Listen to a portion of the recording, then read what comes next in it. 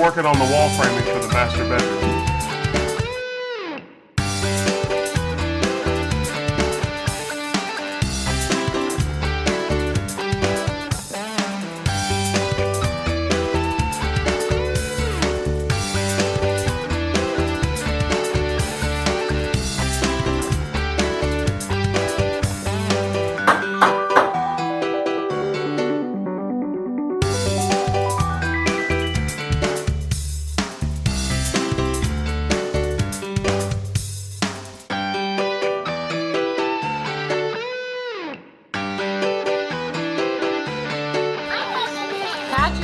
Daddy? You helping?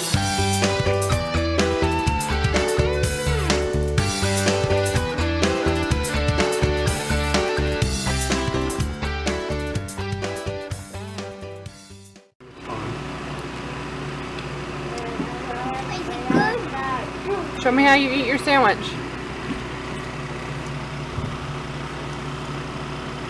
Dip it. This is how a princess eats her peanut butter and jelly sandwich.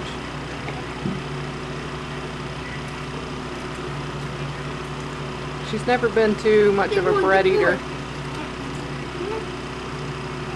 Kara, you gonna eat your sandwich? It's a peanut butter and jelly explosion. Mm-hmm. Okay.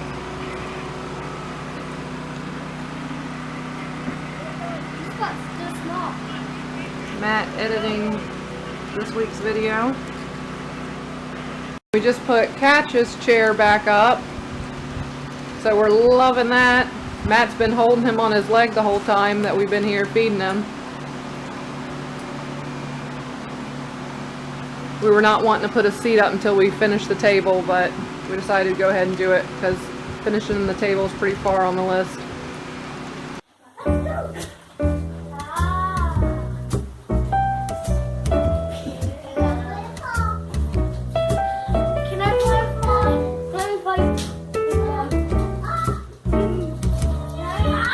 Move, Kason.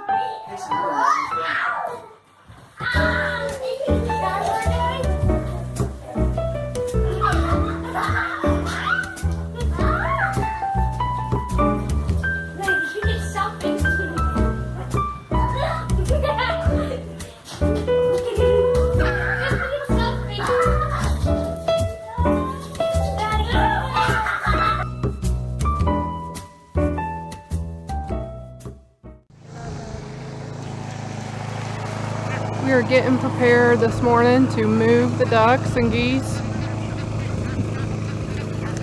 They have pretty much eaten everything away that they like in here. Like they were gonna drag it, move it, and then decided not to. No, I think somebody came and picked them all. Maybe a critter did. Maybe a deer came and ate them. Yeah, somebody came and ate all of them off there, even the red ones. There's a few deep down in there, but they're pretty much. But mommy, I just. Oh, you okay? Got a ginormous grasshopper right here. Mm-hmm. It was about this long, mommy. Did you hear me, baby? The biggest grasshopper. We should have picked them all when we had the chance. It's all right.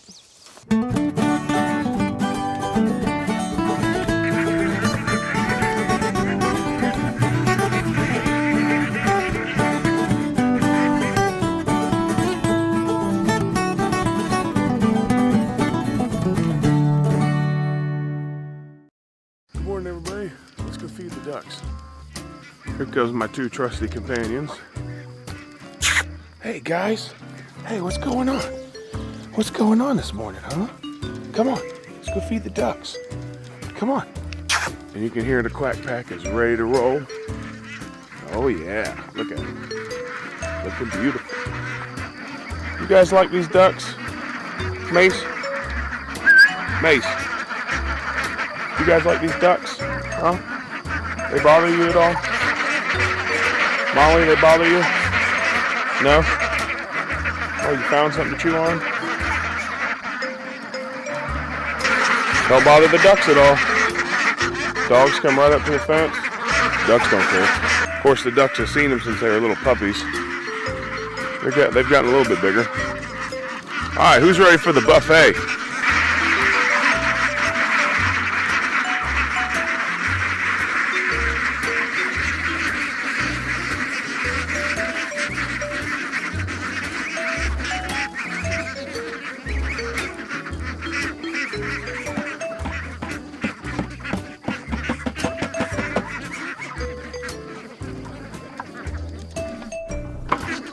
Just kidding, I wouldn't put a bucket on your head. So a few quick things. We've been giving the ducks some scraps and the geese, and they really like a lot of plant scraps, including, what do we have here? Watermelon. If you notice, we eat the watermelon, and look at there. This one we didn't even eat because it was the end cap of the watermelon. And look, they pick it out completely clean, leave just a little thin rind, and they pick all that inside out. And they loved it. They were just going to town. And there's little rinds laying all over the place from watermelon wedges we ate. And all they left was the rind. They picked all the pink and white part out. You know, the part you don't like to eat because it don't really have no flavor. Yeah, they eat all that. They love it. We've been giving them banana peels. They love the banana peels. So there are some scraps that you can feed them. We give them apples. They eat the apple cores. There is some scraps you can feed your ducks and your geese. So I scared them off. It's so funny how they are. When you first come out, they love you and they want to see you, and they know you're about to have a bucket of food, and they'll be all over your feet. You know, you almost trip walking through them.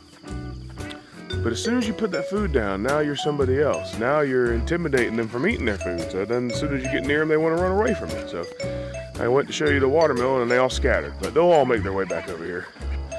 But I've stopped giving them their food in the feeder.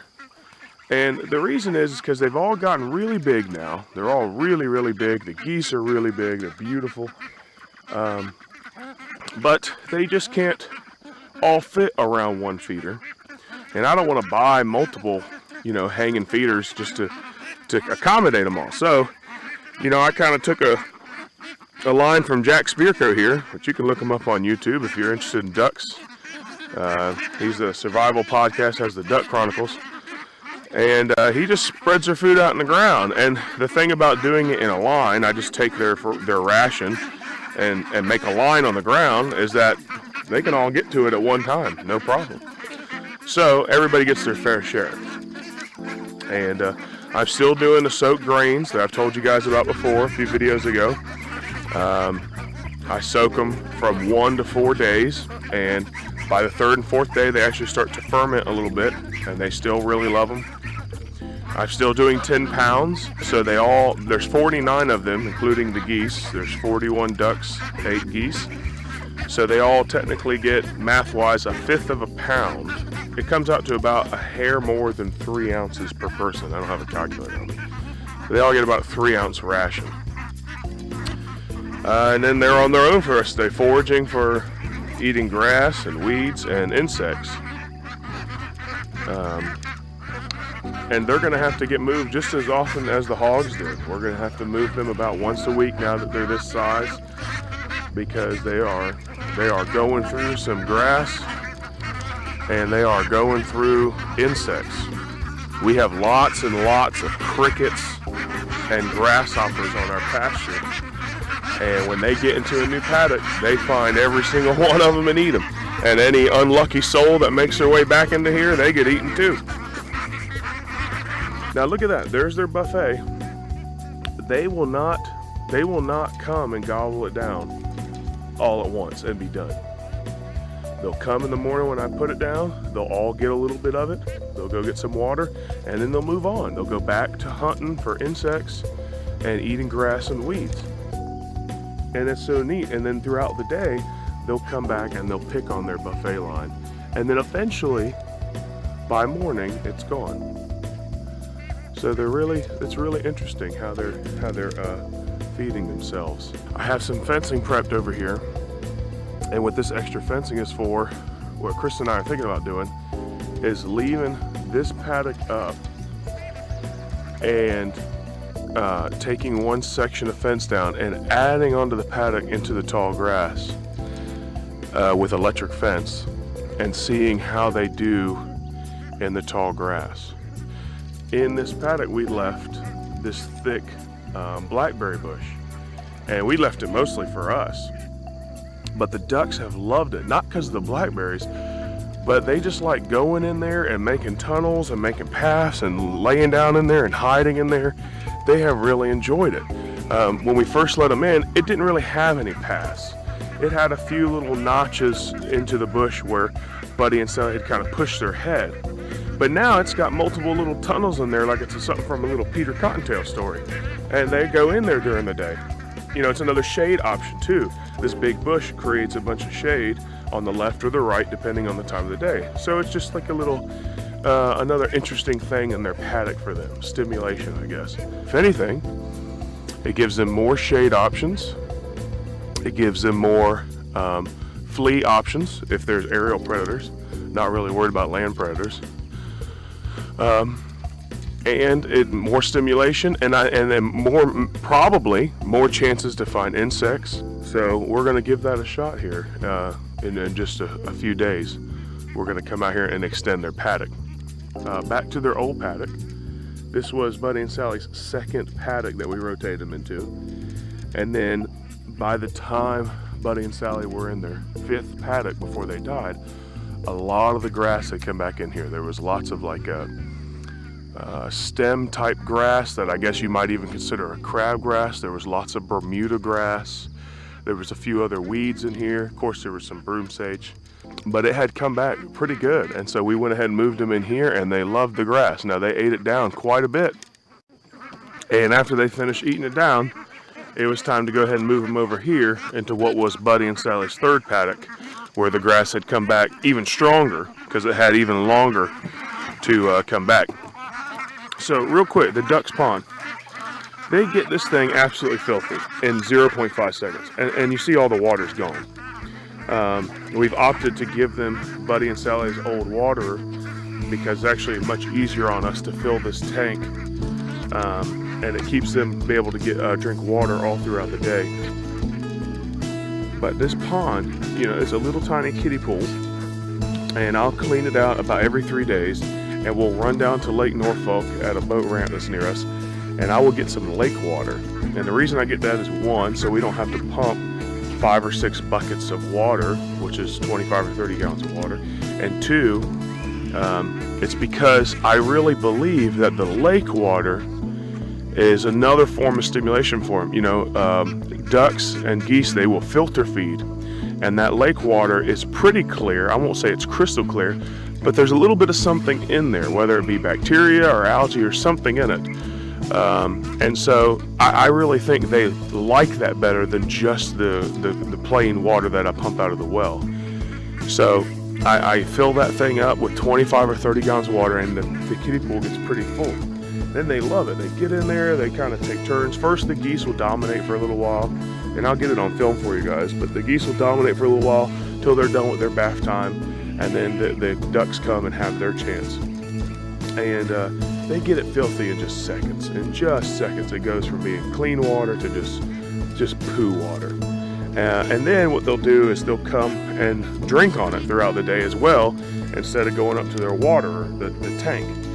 And they'll drink on it until there's like nothing left, what you see now. And this pond right here was just filled 2 days ago. This is day 3. And you can see it's down to nothing but poo water. And the reason it's poo water is because if you don't know this already, ducks and geese love to poo in water. They're born to poop on the water, son, and that's what they do. So, but it's okay. I dump it out, and it builds the soil. It builds awesome soil. So that's something that I have to keep doing for them, is filling their pond. The geese are getting older now, and they're definitely starting to act more like geese. They're acting a little more protective of the flock. It's funny, if you'll come in here, sometimes the ducks will all run together, flock together, and kind of go away from you, but then the geese will all come up and inspect you. You know, they kind of have like a little attitude. What you doing in here, mister? But they're all cute. See, this guy still wants to get in there, even though it's nothing but 2 inches of poo water. You know? They like what they like. Here are these guys back at the buffet again. They don't just sit there all day.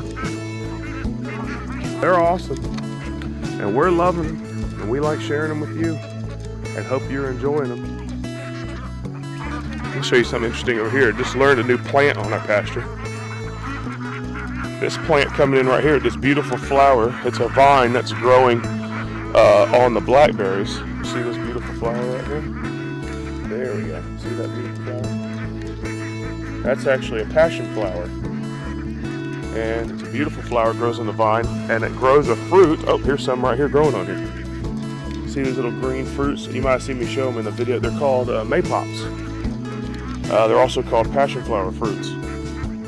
And they're actually edible fruits. They turn into little tiny seedy,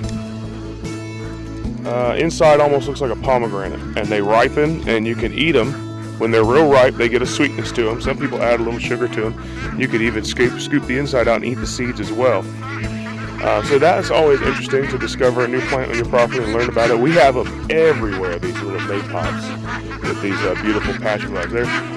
They're not taking over the pasture, but as you walk around the pasture, there'll be a little cluster here, a little cluster here, a little cluster there of the vine with the flowers and the fruits. And the flowers only flower for one day. They flower for one day, they get pollinated, whammo, they're starting to make a fruit. Here, you can see some right here where, see this flower right here has already been pollinated, already died, and there's a little tiny fruit growing right there. The kids love finding the unripe maypops, picking them off the vine, and playing with them and throwing them around like they're balls. Since we just recently discovered that they're actually an edible fruit, we asked them not to pick them anymore. Let's let them get ripe and see what they're like when they're ready. Some people even make jams out of them, so we'll check it out. But look at these happy ducks.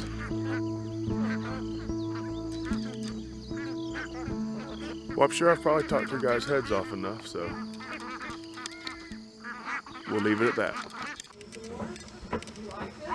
So Cameron found this big, beautiful skink outside in the yard. Really cool, very big. Of course, the kids always want you to take pictures of the things they find. We just had visitors and totally forgot to get out the camera while they were here. But they brought us cantaloupe,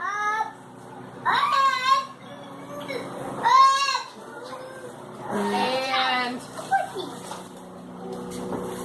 a huge box of potatoes and a big box of onions under that.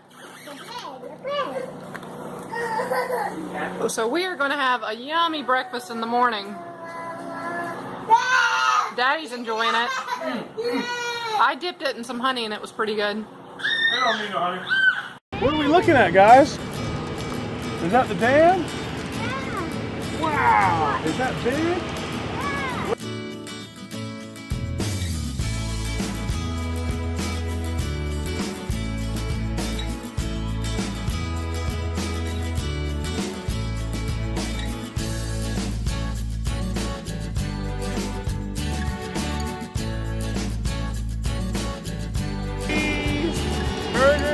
Can you look at me and smile real cute? Hey, what don't you want?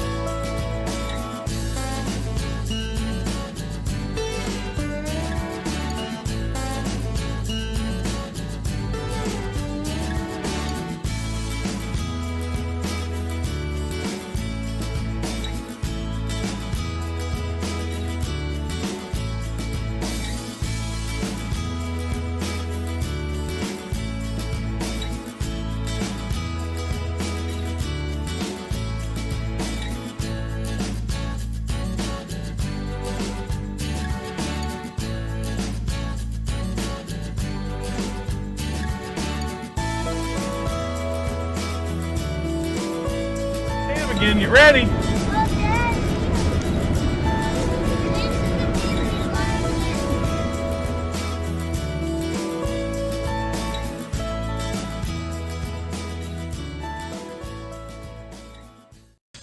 So we just got to this awesome place, Gaston's. Check this out. They have an airfield. This place is so cool.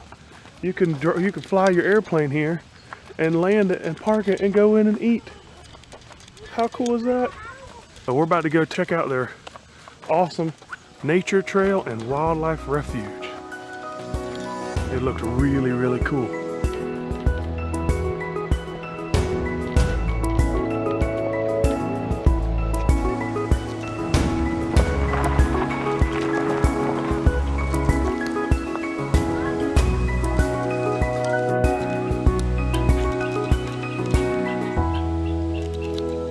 Hey baby, what are you doing?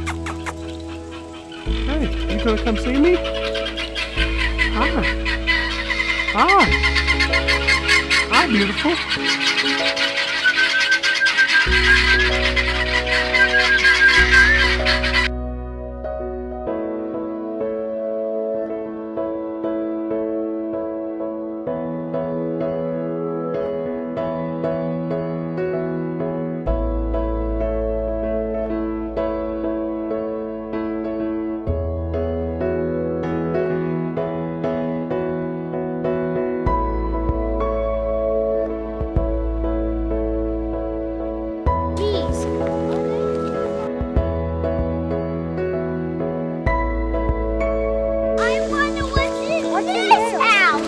Let's open it quietly.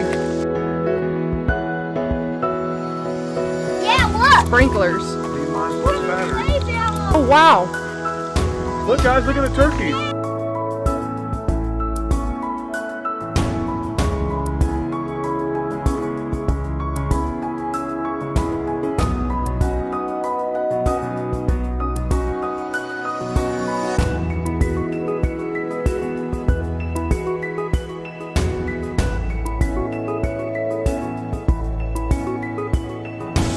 The urge just took over, didn't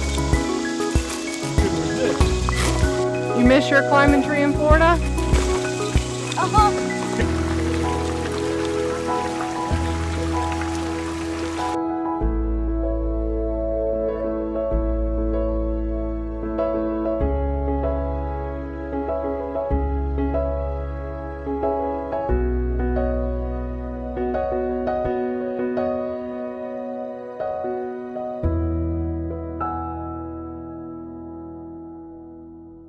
Okay, so we just pulled down to the end of our driveway and we're like, what is this sitting here?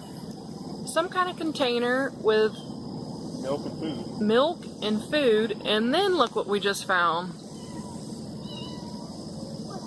So did someone have kittens over here? Let's find out.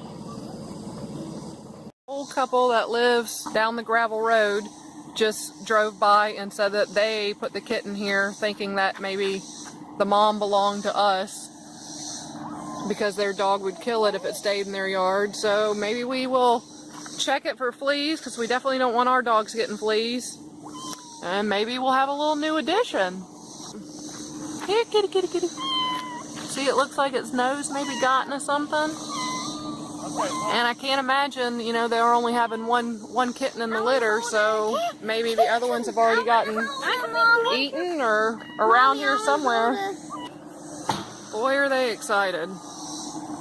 So we got a farm, but it seems like we just keep getting domestic animals instead of farm animals. I wonder where that mama cat's at. So we had no choice but to put it on the porch until we got back hours later, and she seems like she's eating now some soaked food and drinking some water. It seems to really like casing. Definitely tiny. We have no idea how old she is. She's favoring one of her back paws a little bit. I wouldn't call her mangy, but she's definitely not fresh and clean. We're assuming it's a girl, the best we can tell. We left it with some food and it didn't seem to touch it, but now that it's sitting here with casein, it seems to be eating pretty good. Now we have seen the mom cat, you know, wandering around different. We've seen it, you know, down this way before and way down the other way before. We've seen it down the driveway at night. So we'll have to keep an eye out for her, and if she comes up here, we'll definitely let her in the porch with the kitten. We're gonna assume that this is the only one left from the litter. is what at least sound like the old couple said, that they found the cat on their property and they couldn't leave it there or their dog would kill it. So I don't know. It looks like it's already been attacked by something. Yes, it does. It has a wound near its nose and a wound on one of its back legs. So we got a few things at the store for it. Hopefully it does not have fleas because our dogs don't have fleas. And every flea thing at the store said like 12 weeks old and stuff. And this thing's definitely not 12 weeks old. So we'll do the best we can.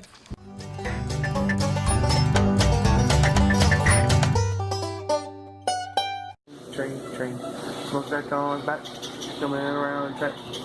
Little red caboose behind the.